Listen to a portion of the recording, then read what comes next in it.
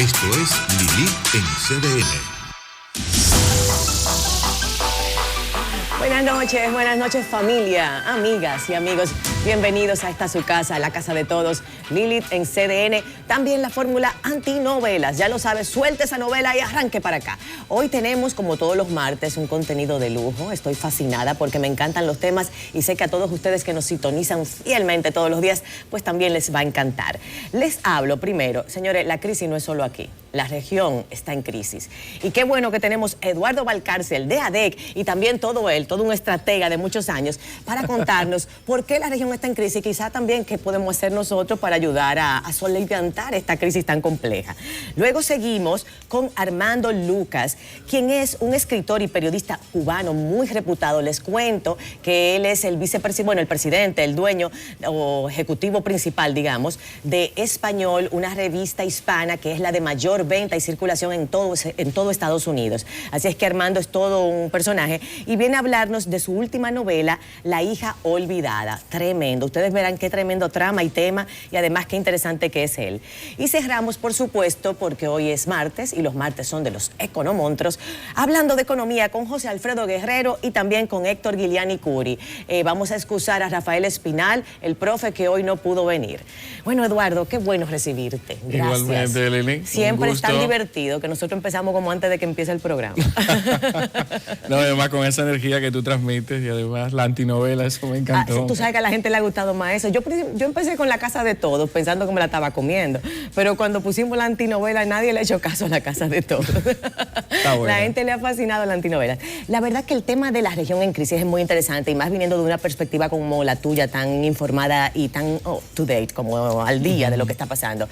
¿Qué está pasando en República Dominicana de cara a la crisis de la región? ¿Somos los que estamos más en crisis? ¿Somos los que estamos en una crisis iniciando?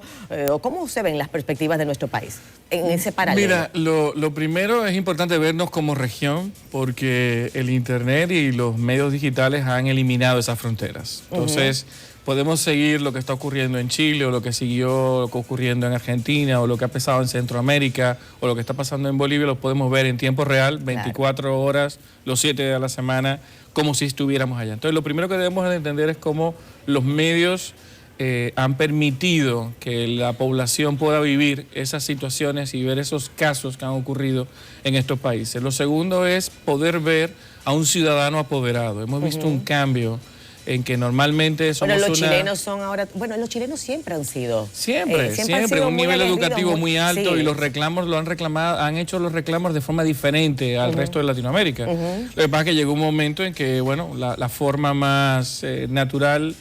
dirigida por la juventud es, bueno, vamos a hacer aquí el cambio. Claro, si no nos oyen cuando estamos haciendo argumentos, pues vamos a materializarlo de otra perspectiva. Países como los nuestros, lo que tenemos que ver, el sector público y el sector privado tiene que ver eso que está ocurriendo en la región, porque somos un país que recibe inversión extranjera, somos un país que recibe turismo, somos un país que también importa y exporta productos de estos propios países hacia acá y nosotros hacia ellos.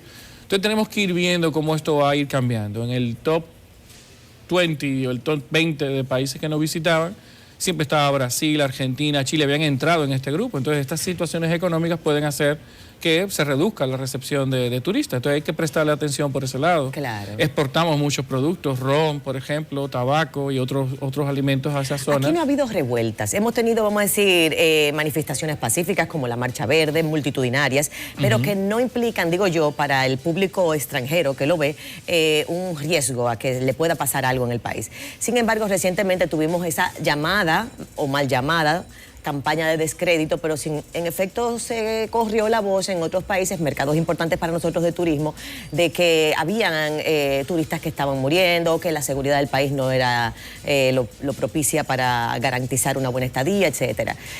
Cosas como la que pasaba en Colombia muchos años atrás, después ellos hicieron su campaña, el riesgo es que te quieras quedar. Pero hemos visto esa campaña este año que bueno, ha tenido impacto en el turismo. ¿Cómo lo ves tú desde el punto de vista de la región y de nosotros? Mira, la forma en que de esa forma con esa campaña negativa en contra de nosotros, pienso que todos los informes que han ido dando las autoridades el Ministerio de Turismo, apoyándose también en organismos internacionales como de prestigio, como el FBI y otros organismos, han ido demostrando que verdaderamente todos estos turistas, por alguna razón o algunos excesos, fallecieron aquí, pero que todo eran por razones naturales. Y eso que pienso que sí, pero el golpe está dado, perdón que lo diga. Claro, pero hay que reposicionar y gritar esto de muchas formas. Es un asunto de publicidad ahora, entonces. Sí, y por eso se han creado, ya han ido creando unos fondos. Recientemente, en el último almuerzo de la Cámara Americana de Comercio, la presidenta de Azonadores anunció una primera partida de inversión. El gobierno está haciendo otra partida de inversión sobre los 10, 12 millones de dólares. Ha creado la mesa de manejo de estas crisis. Entonces, de todas estas situaciones se sacan cosas buenas y es lo que tenemos que estar ahora mismo enfocando. Sí. Cómo nosotros recuperamos todo el daño que podemos haber recibido en los últimos meses, cómo nosotros ya de cara al 2020 le prestamos la suficiente atención. Y hasta la última época del año, porque todavía diciembre está ahí, todavía hay chances. Pero lo que tenemos que ir Cuéntanos viendo... de los gráficos, porque Eduardo, tú mandaste unos grafiquitos y a mí me llamó la atención que nosotros hemos decrecido en ese ranking, pero empecemos por el inicio. El ranking para los países se miden también, la imagen de los países. De la misma forma que medimos la imagen o la reputación de productos y servicios o de personas, se miden los países. Entonces hay varios reportes a nivel mundial. Sí, vamos a pedir la producción. Uno de los más relevantes es el que hace Reputation Institute. Entonces se presentó ahora hace un par de meses, en septiembre, se dio la presentación a nivel mundial de estos datos. Y bueno, a nivel global puedes ver todos los países. Es un gran benchmark. Yo vi que Suecia está en el lugar número 1, o sea, el mejor ranking. Exactamente. A mí me impresionó. Pasa que hay varias variables que tienes que ver de cómo se logra este ranking. Que nos lo suban.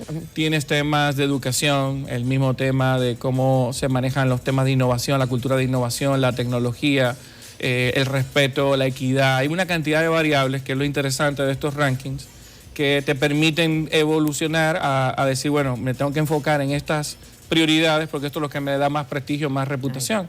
Entonces, como podemos ver ahí en pantalla, sí, el récord ahí de países, de los principales países.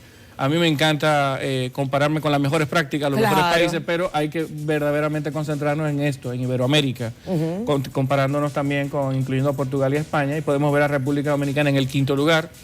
Eso está muy bien. Sí. Obviamente tenemos... Sin embargo, el indicador vi que era decreciente. Ha bajado un par de puntos, puntos, ha bajado un par de puntos versus el 2017.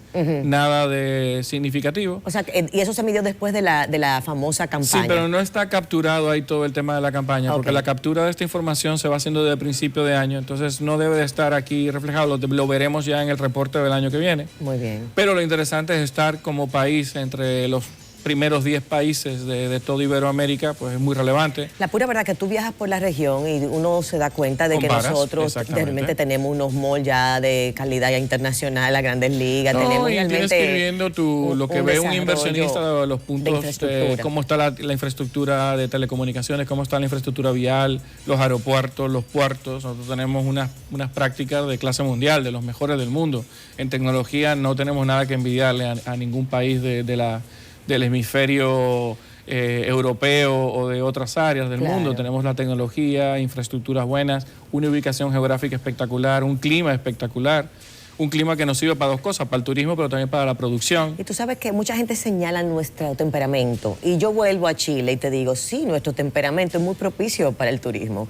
Porque piensa que el dominicano no es propiamente dicho a nivel de masas agresivo, es muy tolerante. La masa dominicana es un pueblo tolerante y optimista. Y muy paciente. Es muy paciente. Eso es lo que pasa cuando hay niveles de educación mucho más altos, la paciencia es menor. Por eso ha pasado lo que ha pasado en Chile, por eso ves las reacciones que pueden estar ocurriendo en Argentina. Entonces, pero esa es la forma. Cuanto más apoderado tienes tú a un ciudadano, exige y presiona de diferentes formas y una de ellas, bueno, cuando no recibe las respuestas que espera, pues pueden ser alguna agresividad. Pueden llegar a ese nivel. Pero sin embargo eso en el ranking va vamos a decir en detrimento de un posicionamiento más elevado. Claro que sí. O sea, nosotros como población, la masa dominicana con su tolerancia, mantiene el ranking dominicano, digo yo. Es que el ranking, como te digo... Porque si saliéramos en la calle, hacer la revuelta que quisiéramos, Eduardo, perdóname. Muchos aspectos. Pienso que no debemos llegar. Yo por eso te digo que para mí son benchmarks, son estudios, tenemos que vernos en ese espejo y tratar de evitar. Yo pienso que en el espíritu de ninguno de los candidatos políticos que tenemos en el momento ahora, ni en el empresariado, ni en ninguna de las fuerzas productivas del país está el que haya ese tipo de revueltas. No, pero eso es el pueblo, esa es la gente. Pero el pueblo se calienta o se enchincha en buen dominicano, lo puedes hacer a través de políticos, lo puedes a través de algún medio. Y muchos periodistas también hay que reconocerlo. O sea, hay mucha gente que dice, por ejemplo, pensando yo en Chile, que son las cosas que estamos viendo que nos pican cerca. Exacto. Hay muchos periodistas que he escuchado que señalan, bueno, y nosotros no tenemos hombre o no tenemos la fuerza de los chilenos, que mira cómo se manifiestan, que mira cómo hacen esto, estas revueltas. Las hemos tenido. O sea, tú ponías el ejemplo de la Marcha Verde y además basta recordar el 4%, como toda la población. Pero todo esto fue pacífica. Todo eso y voy. Eso El es lo más estilo importante. nuestro es un estilo mucho más pacífico, menos conflicto, pero cuando identificas un propósito, el dominicano se une. Cuando estamos en pelota Claro. y estamos en el Mundial del Béisbol, Y el todos mismo nos 4% unimos. para la educación, El piénsalo, eso 4% fue una voz. muy buena conquista.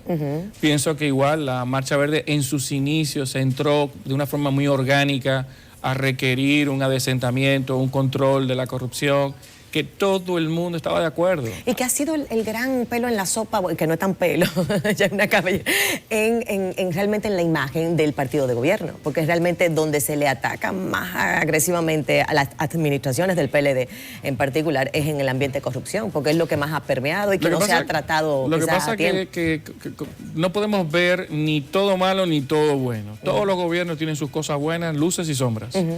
Y a veces nos olvidamos de que somos una democracia en crecimiento. O sea, nosotros venimos con una democracia del año 60, cuando justicia...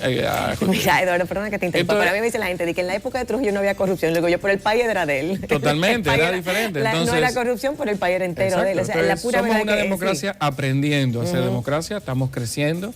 Yo pienso que hay muchos puntos que los mismos gobiernos deben de ver, qué cosas están exasperando, irritando al ciudadano dominicano, a la clase media, qué tipo de presiones, qué tipo de impuestos, qué tipo de forma de gestionar está cansando a esa población. Y lo que busca empresariado, población, busca estabilidad. No, y te voy a decir, es la ley del bolsillo. Tan Sí. sencillo. Es que te dé para la canasta básica, que te dé para tener una vida de cierto bienestar. Sí. Mientras eso no se cumpla, la gente se va a quejar, es inevitable. Porque si no te da, imagínate, la frustración aflora y las pasiones fluyen. Claro, claro. Y es lo que debemos se dan evitar. Sí, sin lugar a dudas. Pero mucho de lo que somos nosotros como pueblo sustenta nuestros rankings y posicionamiento de verdad, de que somos un pueblo pacífico y que tiene ese criterio. Paz social, somos una población que aprende rápido, no somos abiertos a la tecnología, somos gente muy abierta a aprender, con una sonrisa, nuestra forma de actitud, hay una vitalidad en el dominicano que tú no la encuentras en otro país, una sonrisa, más que la sonrisa, esa vitalidad, esa energía que tenemos, inagotable. Entonces, Sí. todos esos son valores que ayudan en estos rankings. Claro, claro que sí. De cara a vamos a decirle, bueno, la región está en crisis, nosotros tenemos una crisis de una mala campaña, una crisis también de gente descontenta en cierta manera, pero no una crisis que ha llegado a manifestaciones críticas, todo lo contrario. Hemos sido manifestaciones pacíficas. ¿Cómo ves tú entonces nuestro posicionamiento en la región? ¿Qué es lo que tenemos que hacer para seguirnos destacando y qué debemos no hacer? Mira, yo siento que debemos seguir investigando qué otros mercados puedo ir abordando. Tengo que analizar muy bien qué tipo de oportunidades hay en la región, porque cuando comienzan a haber este tipo de reacciones, lo que comienza a hacerse es una especie de reubicación de intereses, de poderes, de proyectos. Entonces, ¿cómo puedo yo dentro de ese movimiento, cómo puedo acceder a nuevos mercados, cómo puedo acceder o cómo puedo mandar un producto o producir un producto de mayor calidad o mucho más competitivo? Entonces son momentos de oportunidad, de poder estudiar. Tenemos que las fortalezas mantenerlas. La fortaleza del turismo hay que mantenerla. En este escenario político, que está un poquito difícil, vamos a decir, está conflictivo, el término pega. O sea, hay cierta indefinición, hay cierta todavía expectativa. ¿Cómo se puede manejar ese nivel de ranking de nosotros? Piénsalo. Porque eso da inseguridad, o sea... Claro que sí, o crea un sea, ambiente ahí es una responsabilidad de todas las fuerzas políticas, el entender que hay un país que es de todos, la gran casa que es de todos. El de poder ver que sea quien sea, el que sea electo, va a recibir un país que necesita tener las bases de sus pilares económicos estables y manteniendo la tendencia de crecimiento. Entonces tenemos que cuidar mucho el tema migratorio, tenemos que cuidar mucho la variable del dólar, las exportaciones, el turismo. la misma producción y la formalización de los sectores productivos nacionales. Entonces, a ninguno de los candidatos le interesa, lo creo y lo he oído en cada una de sus propuestas.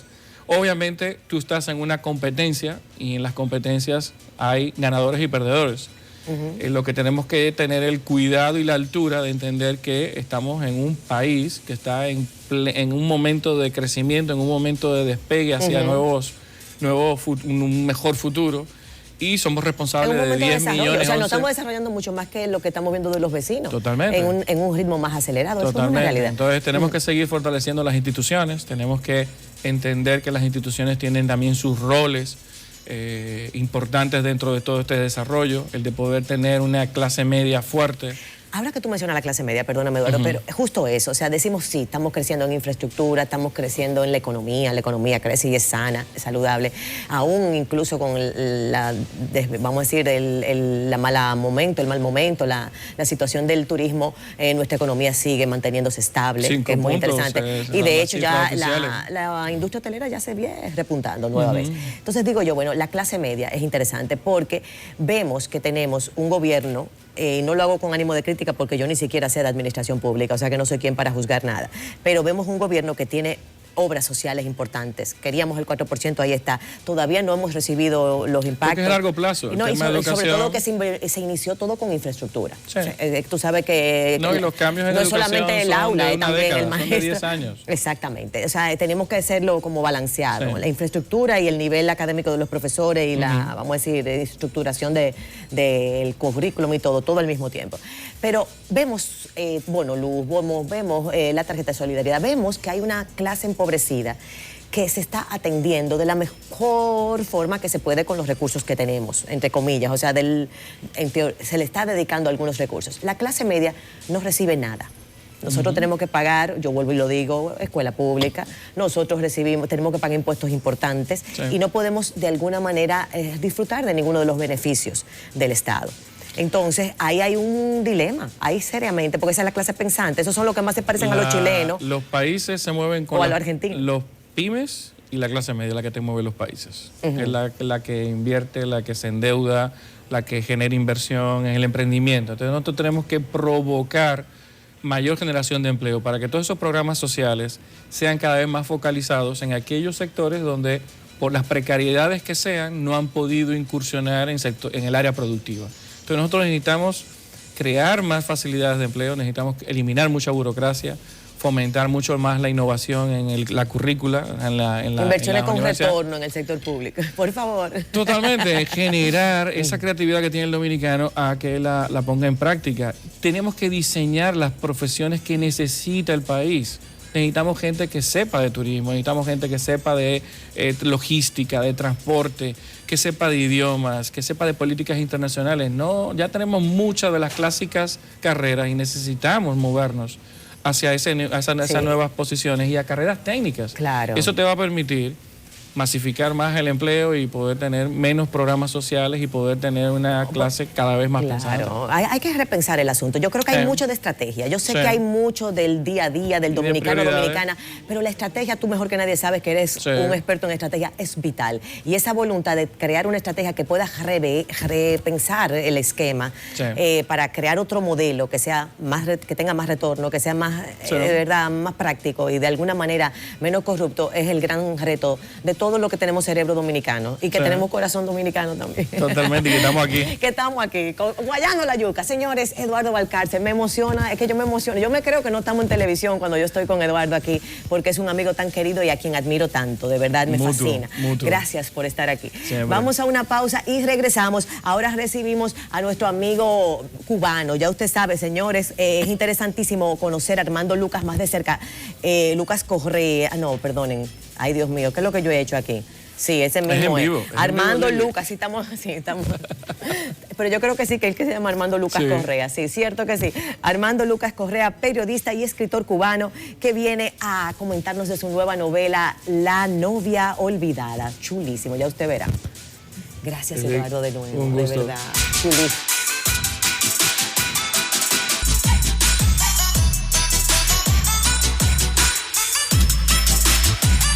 Señores, y qué honor y qué orgullo recibir aquí a Armando Lucas Correa, que se sepa que era Correa. Y qué bueno, porque es un hermano cubano. Ustedes saben que nosotros nos identificamos mucho con los cubanos, pero es un periodista y escritor, pero en su faceta de periodista, empecemos por ahí, ha lanzado hace muchos años ya una publicación que se llama Español, que ha sido el toque de queda en Estados Unidos y es, bueno, la revista que tiene mayor circulación en todo Estados Unidos. Y es dirigida por este joven que tenemos aquí, este ilustre joven. Gracias. Joven aún. Estoy feliz de estar en República Dominicana. Cuando llegué, vengo de Nueva York, sí. Y cuando llego siento el calor, la gente, me parece que estaba llegando a La Habana. ¿Tú has venido mucho ya al país? He venido mucho, por cierto, exactamente ahora hace 10 años que yo presenté mi primer libro aquí en República Dominicana, En Busca de Emma, en un show de televisión, así que feliz de regresar a presentar mis 2 novelas. Bueno, es un periodista, o sea que sabemos que la escritura se le iba a dar, pero vamos a entrar primero en la faceta de la revista, porque mira, fíjate que el hecho de lograr este posicionamiento... Es muy difícil. Acuérdate que en Estados Unidos, a pesar de que hay más de 55 millones de hispanohablantes, es difícil tener una publicación en español. Y yo recuerdo que cuando murió Selena, la cantante, la revista People, en inglés, que es la revista de mayor circulación del mundo, decidió hacer un especial dedicado a Selena. Para la costa oeste nada más, porque pensaba que ahí estaban nada más los hispanos, los mexicanos. Y de pronto vendió en una semana 1 millón de copias. Ahí se dieron cuenta que había una audiencia hispana y desearon crear People en español. Yo tuve la suerte de ser el primer escritor principal de la revista. Y ahí fue poco a poco, era una revista pequeña. En esa época había Cristina en las revistas, TV y Novelas, TV y Notas. Claro, Mira, eso estamos hablando de los 80. Estamos hablando exactamente del año 96. 96 ya. 96. No, sí, Entonces claro, en el 97 yo estaba trabajando en ese momento en el Miami Herald, en Miami como periodista. Crean la revista, me voy de escritor principal y yo me acuerdo que me entrevista el editor y me dice: Armando, tú estás dejando tu casa en Miami, tu trabajo a tiempo completo en el Herald para un proyecto que yo no creo que dure más de 5 años. Y mira, hoy día es la revista número 1 en Estados Unidos, hispana, en español. Tiene ya más de 20 años. Llevo ya más de 20 23 años, ahí, por ahí, 21 años exacto, 21 llevo ya. Y llevo ya 10 años como editor en jefe de la revista. Somos la de mayor circulación, tenemos más de 7 millones de lectores y de verdad que es un trabajo duro, difícil. Sale mensual la revista. Sale mensual, tenemos un website diario, creamos más de 40 piezas de contenidos diarios. Tengo el mejor equipo de trabajo. ¿Y ese contenido a qué se orienta el lector? Mira, es una revista de entretenimiento básicamente, pero yo tengo una sección de libros. Claro, porque por supuesto, que se llama Book Corner, que me encanta, la empezamos, es la revista mensual, seleccionamos el libro del mes, lo tenemos también online y ahora, por ejemplo, estamos cubriendo las elecciones, ahora todos los candidatos demócratas que a los latinos nos encanta seguir. Nos encanta. Sí, ayer estuvo Cory Booker, tú sabes que él está de noviazgo con Rosario Dawson, la actriz, y nos habló en español. Entonces yo puse un post, Cory habla español, y todo el mundo estaba feliz con Claro, Cory. ustedes tienen la versión en digital también. Tenemos la versión digital, de español. ¿Cómo se llama? ¿Español.com? Peopleenespañol.com. Ah, People en español, Peopleenespañol.com. Tenemos muchos dominicanos que nos siguen en Nueva York. En Nueva York, tú sabes, la cantidad de dominicanos que hay, nos adoran. Claro. Y en el equipo tenemos muchos dominicanos también. Sí, es que nosotros, tú sabes que también tenemos nuestra gracia. Ahora entremos en esta faceta hermosa de escritor. Tú decías que siempre has tenido, Armando, ese deseo de la escritura. Mira, desde niño yo leía y escribía. Eso era un hábito que yo tenía. Yo leía Platero y yo y ya estaba escribiendo sobre un animalito y yo. Qué chulería. Yo recuerdo, eso siempre estuvo conmigo. Yo estudié una carrera en Cuba que se llamaba licenciatura en teatrología y dramaturgia, me hice crítico de teatro y danza. Pues tú sabías ya construir personajes, crear dramas. Por eso mis libros son muy dramáticos de alguna manera y hay un pace, un ritmo rápido, porque tiene una formación dramatúrgica, podría decir. Lo primero que yo escribí fue una obra de teatro que se publicó en Cuba, Examen Final, y a partir de ese momento empecé a hacer crítica de teatro y danza. Por supuesto, me pasa la etapa de refugiado, me voy a Estados Unidos en el año 91, comienzo a trabajar de periodista y desde ese momento que comencé a trabajar empecé a investigar para La Niña Alemana. Esta es tu primera novela. Yo le voy a pedir a producción un corto aquí para que vean la portada, La Niña Alemana, de Armando Lucas Correa. Míralo ahí, súper interesante. Tú me dices que las historias del Holocausto y todo esto te la trajo a tu vida tu abuela. Mi abuela. Mi abuela Este libro está en la venta aquí, Armando. Está en la venta. En la librería Cuesta. En la librería Cuesta. Mañana yo voy a estar presentándolo los dos. Ajá. Los invito a todos que vayan. Va a ser a las 6:30. Ajá. Me imagino que sepan dónde está la librería Cuesta. Claro, pero mi amor, eso ya... una librería bellísima, me encanta estar con todos ahí. Esto es de la edición de Penguin Random House, que son mis editores en España y para América Latina. Y lo interesante de la presentación de mañana es que voy a mostrar toda la investigación. voy a mostrar fotos originales, todo lo que, eso a los 10 años de trabajo. ¿Cómo entraste en con la novela. contacto con la casa editora? A ver, la casa editora, eso es una pregunta interesante. Mis libros en realidad yo los escribo en español e inglés para Simon & Schuster en Estados Unidos. Y Simon & Schuster tiene los derechos para venderlo. La niña alemana, por ejemplo, está en más de 14 idiomas y está en 27 países exactamente. O sea, está en mandarín, en griego, en turco, en alemán, en italiano. Y de Todo pronto, un autor, amigo querido. Oh, acuérdate que los editores llevan estos libros a las ferias de Frankfurt, por ejemplo, y mi libro lo compró España. En ese momento era Ediciones B, y Ediciones B pasó a Penguin Random House y ellos tienen los derechos para España y América Latina. Ok, entonces tu última obra, esta vamos a decir es lo último que le estamos dando todo el cariño. Exacto. La hija olvidada también de alguna manera engancha con el tema de... Sí, vamos a decir que esta es la segunda parte de una trilogía. Mi editora la ha llamado trilogía por un problema de mercadeo. Porque te falta la tercera. La tercera la estoy escribiendo ahora, que es La viajera nocturna. Pero todo está enlazado con el San Luis. Para tener una idea, el San Luis fue un barco con más de 900 refugiados judíos que salió en mayo del 1939 huyendo de la Alemania nazi. Todos los pasajeros tenían permiso de desembarque en La Habana. Cuando llegan a Cuba, el presidente de entonces no los deja entrar. Están una semana negociando, querían $500 extra. Uno de los que quería aceptarlo fue Trujillo, aquí en República Dominicana, por otros $500. Ellos no tenían, no había manera de conseguir ese dinero. Trataron de entrar en Estados Unidos, el presidente Roosevelt le negó la entrada. Después intentaron Canadá y el primer ministro Mackenzie se las negó. Los devolvieron a Europa, el capitán los protegió para no entregarlos a Alemania y encontraron refugio en Holanda, Bélgica, Francia e Inglaterra. La guerra comenzó unos meses más tarde, en septiembre, y todos sufrieron los avatares de la guerra, menos los que fueron a Inglaterra. Claro. La mayoría de los pasajeros del San Luis terminaron en Auschwitz. Hay muchos sobrevivientes, muchos niños sobrevivientes, y solamente desembarcaron 28 que pudieron pagar y tuvieron los permisos adecuados para desembarcar en Cuba. Y esta es la historia de una madre y una niña que desembarca. El padre lo devuelven a Francia y termina en Auschwitz. Yo reconstruyo toda esta historia y la historia comienza... ¿Tiene ficción y realidad, por lo que puedo ver? Están basadas en hechos históricos. Yo reconstruyo toda la historia a nivel literario y yo juego, por ejemplo, la historia comienza con Ana, una niña que va a cumplir 12 años y de pronto recibe en Nueva York un sobre con fotos que la madre le dice: esto le pertenece a la familia de tu padre. El capítulo se acaba. Ese es en este caso, la hija olvidada. La niña alemana. La niña alemana. Y entonces la niña y la madre se van a Cuba a ver a esta Hannah que iba a cumplir 12 años, cuando ya es una viejita de 87 años y hace el recuento de la historia del San Luis. Wow. Pero haciendo esta investigación también encontré otra historia olvidada, que es la matanza de Oradour-sur-Glane. Esto fue un pequeño pueblo en el sur de Francia que un día llegaron los nazis y metieron a todas las mujeres y a los niños dentro de la iglesia. A los hombres los fusilaron y los quemaron vivos dentro de la iglesia. Destruyeron el pueblo entero. Pero ¿por qué no hablamos de esa historia? Porque la dirigieron los nazis, pero ayudados por los gendarmes franceses. Entonces son historias que tendemos a olvidar, porque siempre es fácil decir Hitler mató a más de 6 millones de judíos. Claro, pero cuando tenía dicen ayuda. que Cuba, Estados Unidos, Canadá y Francia colaboraron con esa matanza, entonces preferimos ponerlo en el olvido. Claro, porque uno no quiere contaminarse. Pero mira, con cosas estamos hablando de tragedias.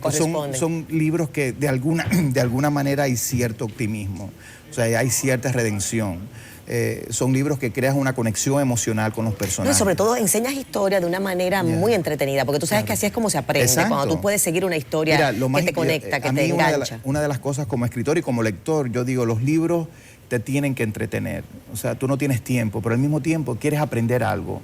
Porque si no, perdiste tu tiempo. ¿Cuántas películas tú ves que se te olvidan al otro día que las viste? Entonces, y lo importante que es para el cerebro el tema de la lectura. O sea, las conexiones que tú conectas en el cerebro a través de la lectura y la retención que tú tienes en memoria, no es ni por asomo lo que es un video, un audiovisual. O sea, que es muy interesante así que sigamos. Lean, señores, lean, para el cerebro. Y así con papel, así mismo, así que se sienta. Qué bien. Entonces, la moraleja, la gran lección de la hija olvidada, ¿cuál dirías que es para cerrar? Yo creo que es una condición que tiene todo el ser humano. Yo creo que mis libros tratan de eso. Nosotros tenemos miedo del otro. El que tiene un color de piel diferente, el que tiene un acento diferente, el que tiene una creencia religiosa diferente, el que tiene una orientación sexual diferente. Tenemos miedo del otro.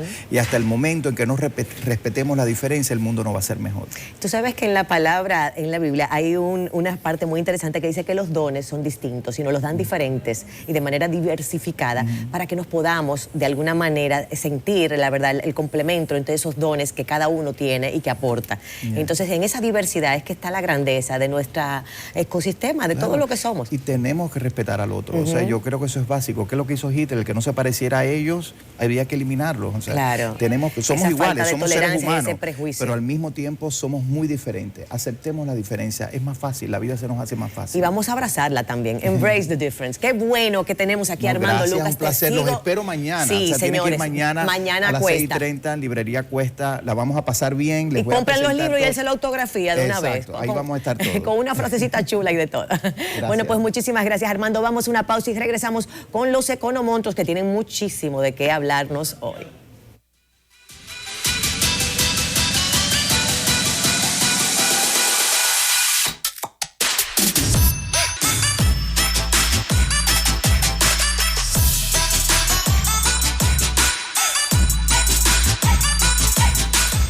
Y aquí seguimos y estamos de vuelta en su casa, la casa de todos, Lilith, en CDN, en compañía de los economonstruos, ya lo sabe, Héctor Guiliani Curi y José Alfredo Guerrero con nosotros. El profe Rafael Espinal ya tiene dos mancando. Sí. Entonces, oigan, no le gustan las cosas controversiales. Oye, lo que dijo José Alfredo, dijo que tú y yo nos compusimos, Héctor, de que le caímos arriba en el programa pasado. Vamos a caer arriba. Vamos a calentar que no vino. No, la verdad es que muchos saludos a Rafael Espinal. Y la verdad que qué bueno que están aquí hoy, porque hoy recibimos de alguna manera una noticia fresca, refrescante, dentro de tanto tiempo que uno como que se pone a quejarse. Y el ministro de Hacienda, Donald Guerrero, señalaba que no se aguantan más impuestos. Textualmente, no hay espacio para más impuestos. Eso fue como música para mis oídos. Ustedes lo saben. ¿Qué dicen de estas declaraciones? Bueno, realmente el presupuesto ya se presentó y se presentó sin ninguna reforma tributaria. O sea, él está realmente diciendo lo que pasó en el presupuesto, de que no se aumentaron impuestos. Pero él también señala que una reforma tributaria pudiera ser para ser más asequibles, digamos, más razonables. Sí, claro. Impuestos que son realmente ya... está en lo correcto. O sea, antes de unas elecciones no se hace ese tipo de reforma. De hecho, ya pasó el presupuesto.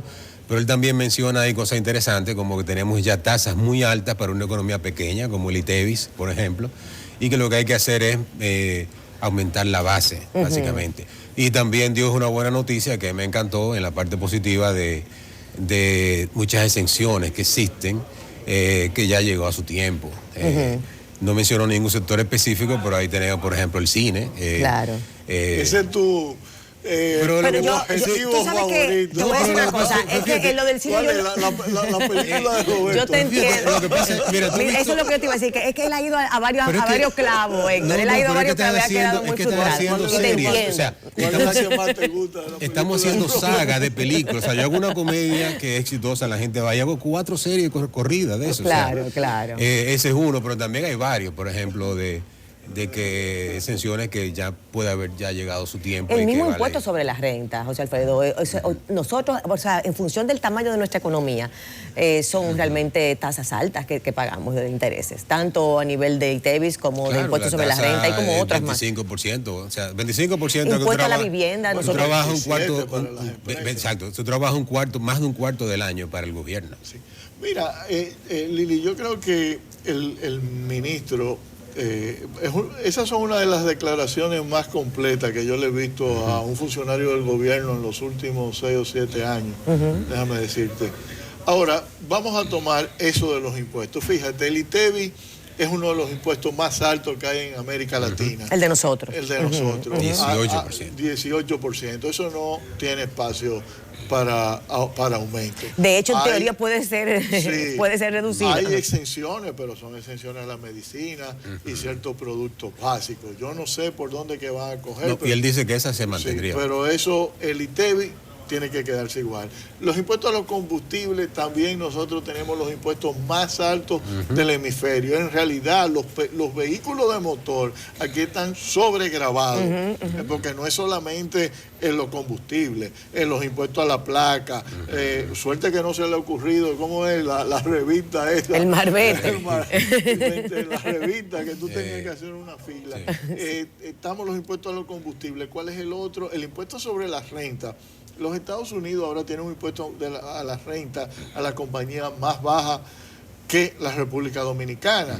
Y lógicamente yo creo que va a haber una tendencia en otros países de Centroamérica para bajar las tasas. Así que por ahí no hay tampoco espacio. ¿Y cuál es el otro impuesto que nos queda? El de la vivienda. El impuesto a los cheques. Sí. Porque si tú lo subes más, tú vas a matar las transacciones por cheque.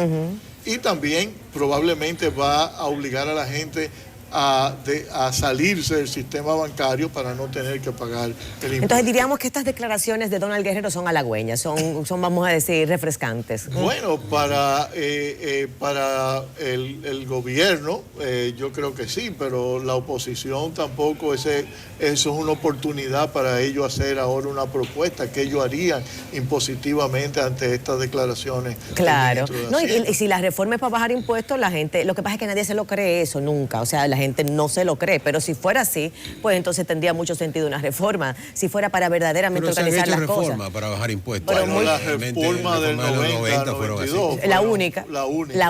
Sí, lamentablemente se quedaron. Después de ahí no ha habido reforma Bueno, para bajar nada. mira qué hizo posible la reducción de impuestos en el 90.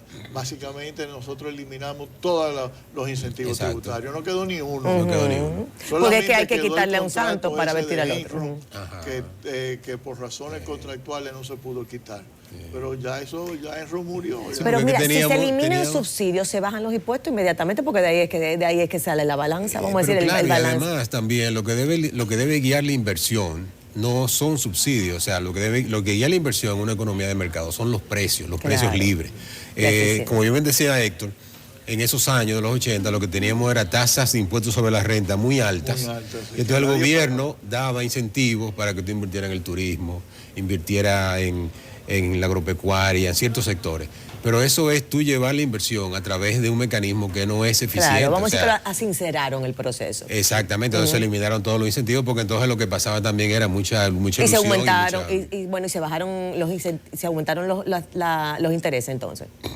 Pero de hecho se bajó la tasa marginal sobre la renta. Se bajaron las tasas y se bajaron los incentivos. El dinero para bajar las tasas se sacó de los incentivos, como debe ser. Eso a mí me parece muy genial, de verdad, porque los incentivos son complicados, porque siempre son privilegiados, o sea, siempre hay gente que los recibe y otros que no.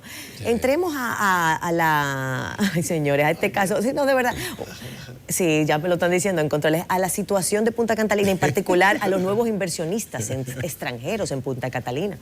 Mira, Lili, yo creo, el ministro de Hacienda, y me voy a concentrar en un punto que tratamos aquí una vez, que es el capitalismo popular. El ministro de Hacienda lo que propone es vender acciones a empresarios extranjeros y dominicanos. Yo propongo, y me gustaría, por ejemplo, en lugar de ver tantas denuncias sobre la deuda y sobre esas cosas, me gustaría ver, por ejemplo, a los candidatos presidenciales de oposición, porque esta es la posición del gobierno, ¿no? Decir, yo propongo vender 25% de las acciones al público en general en la República Dominicana. Es decir, tú creas un mecanismo... Que no tenga que ser un accionista internacional, sino que pudiera ser local. Sí. Quizás tú le permites que el 49% sean personas con conocimiento de la industria, empresarios, lo que sea, pero otro 25% para el público en general. ¿Y le interesará al público invertir como el caso de la colocación de acciones ahora mismo de Leches Ricas, que se fue de una vez? En este caso... Pero recuerda que Leches Ricas es una institución privada. Pero ¿y tú crees que la generación de energía aquí en la República Dominicana no es rentable? Y pregunto es el negocio más rentable que hay ahora mismo. Es más rentable, pero no se ha logrado resolver vamos a decir... Pero tú no has visto un generador que se vaya... Pero recuerda que existen los subsidios y también existe la sobrevaloración de cualquier, vamos a decir, proyecto. Entonces, para el accionista, cuando entra en juego el Estado, no tiene quizás las mismas garantías que cuando es en el ambiente privado. Como propone Héctor, debe ser una oferta pública de acciones, entonces tiene que realmente transparentarse bien. O sea, vamos a decir, el costo de Punta Catalina es... pero también... Y ese punto tiene que ser la información lógico. tiene que ser transparente igual para todo el mundo. Y también lo que se puede hacer es, fíjate, nosotros tenemos un sistema de pensiones en la cual el dueño de los fondos que es el que ahorra, tiene su cuenta de capitalización individual, no tiene nada que decir sobre cómo se invierte ese dinero. Entonces es una oportunidad también para hacer eso, sí. O sea, que tú puedas a través, ¿quiénes pueden ser accionistas? Bueno, quienes tienen fondo de capitalización. ¿Por qué se quiere vender Punta Catalina? O sea, ¿por qué? Porque eso sería muy interesante, porque, ¿por qué? ¿Cuál es? Mira, esa es la gran contradicción. El gobierno se pasó toda la vida, el presidente Medina mismo, que no quería que fueran inversionistas privados, porque aquí ellos eran los que especulaban. Querían hacerla estatal completamente. Ajá. Vamos a construir esta empresa estatal para ahora vendérsela al sector privado. Eso como un baile, para adelante y para atrás. Hubiera evitado 20.000 líos, el estigma para toda la vida de los problemas de corrupción, se hubiera dejado la licitación que en ese momento llevaba a cabo la CDE. Ahora, mira lo que pasa. Cuando vengan inversionistas extranjeros, ellos van a decir, mira, para yo meterme en ese negocio, yo quiero una tasa de retorno de tanto por ciento. Mis gastos proyectados al futuro en base a compras de carbón a tal y tal precio van a ser tanto. Mi financiamiento, ¿no? Mi gasto de financiamiento, mi gasto de operación y mantenimiento van a ser tanto. Bueno, para yo tener esa tasa de retorno, yo requiero un precio de tanto. Ahora, nosotros conversábamos antes de entrar aquí el problema del arbitraje. Bueno, vamos a suponer que pero en eso se acordó que el pasivo es de la CDE, ¿no es cierto? Sí, ajá, eso fue lo que se definió. Entonces, en teoría, digo yo, lo que yo leí. Si el gobierno quiere recuperar eso y lo pone dentro de los costos de la empresa, entonces el precio de la energía va a tener que ser más tarde. O va a tener que aceptar como pérdida esos 700 millones de pesos. Tenemos un minuto, José Alfredo, para cerrar. ¿Qué dirías tú sobre esto que ha señalado Héctor entonces? Sobre la venta de la venta. O sea, ya tenemos la situación, bueno, lo que se ha expresado desde el punto de vista formal de la misma institución Punta Catalina, de que estas ventas a inversionistas extranjeros estarían considerándose que el pasivo de Punta Catalina pasaría a la CDE y por lo tanto no impactaría negativamente a esos posibles nuevos inversores extranjeros, ¿cierto? Sí, porque realmente ese pasivo es una disminución del capital y tú cuando vas a invertir, lo que se va a comprar es la empresa limpia, el flujo de caja de la empresa limpia, o sea, limpia de toda la contingencia, lo que puede pasar, y realmente eso hay que aceptarlo como un costo hundido, porque si se lo incorporamos a la empresa, entonces ¿qué vamos a hacer? Entonces vamos a tener un precio de energía que no se va a abaratar. La sociedad va a asumir el costo de esos 700 millones en impuestos. Entonces las tarifas se dice que van a bajar ahora cuando haya una disponibilidad importante. Bueno, bajan entre comillas, cierto, la tarifa va a bajar, pero alguien tiene que pagar los 700 millones, el gobierno dominicano que lo va a pagar. Claro, absolutamente. Pero ya lo está pagando, o sea, ya lo pagó, ya realmente es un costo que no se va a volver a repetir. Pero recuperar eso ya. Cuando ya Punta Catalina entre en vigencia. Social. Sí, absolutamente. Pero que ya está, ya pasó. Cuando Punta Catalina entre en vigencia, nos da tiempo. Cuando Punta Catalina entre en vigencia, se debe esperar por obligatoriedad una rebaja en las tarifas. Debería, pero tú sabes quiénes son los que pueden beneficiarse de una rebaja en las tarifas. Van a ser los consumidores de más de 700 kilovatios, más de 500 kilovatios, porque el consumidor entre 0 y 300 lo que paga es 4.31 centavos de dólar, de peso. Entonces, en realidad, a ese consumidor habría que subirle la tarifa, señores, o seguirlo subsidiando. Y no entramos en el tema de las distribuidoras, que ahí es que está también el gran problema del sistema. Señores, nos tenemos que ir porque el tiempo nos traiciona. José Alfredo Guerrero, Héctor Guiliani Curi con nosotros y a ustedes gracias por el favor de su sintonía. Mañana nueva vez aquí los esperamos. Bye, bye.